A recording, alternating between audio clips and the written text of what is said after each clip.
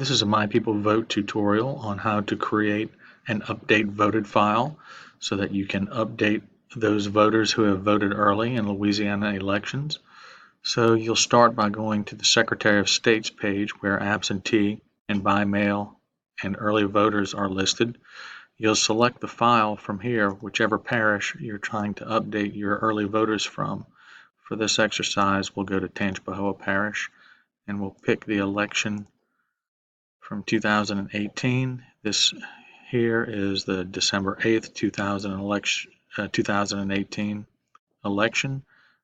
This cumulative file is everyone who voted that week.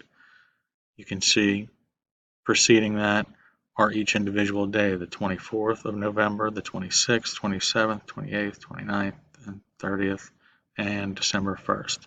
So let's choose the first day of early voting, which was the 24th of November. And you'll see here the name of all those who voted early. And so to create the CSV file, we're going to have to go through a few steps. We will highlight the names of those who have voted. If the sheet runs on to another page, we'll continue to go down, but we'll have to do some cleanup in the CSV sheet. We're going to right-click on the highlighted data. We're going to copy it. We're going to go to our fresh sheet in Excel, and we're going to select the first cell, right-click, go to Paste Special, select Text, and OK. And here you see that the data have been entered into each separate column. We don't need all these columns. We only need 2 columns total and only 1 column of information from this file. So we're going to delete these first 3 rows, or I should say the first 3 columns. We're going to delete the rest of these columns so that all we have left is the voter registration number column.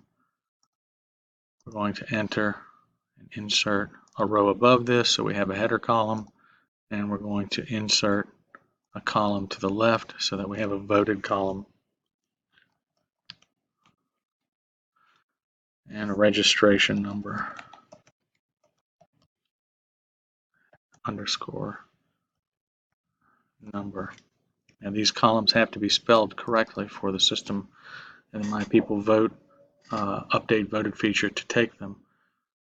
Let's go down and examine our data, and we'll see that partially way down are some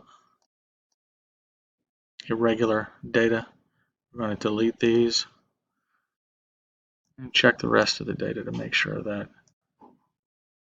the columns are clean. Now this is important. In the voted column, we must type yes and enter that next to each number. And the quick way to do that, if you don't already know, is to click this corner here twice and it auto-populates the rest of the column.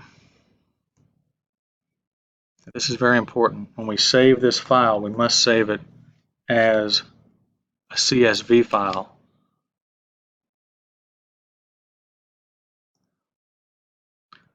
So we're going to name the file test My People Vote update voted file. And again here, when we're saving it as a type, we must save it as a CSV, delimited .csv file, or it will not work in your My People Vote update feature.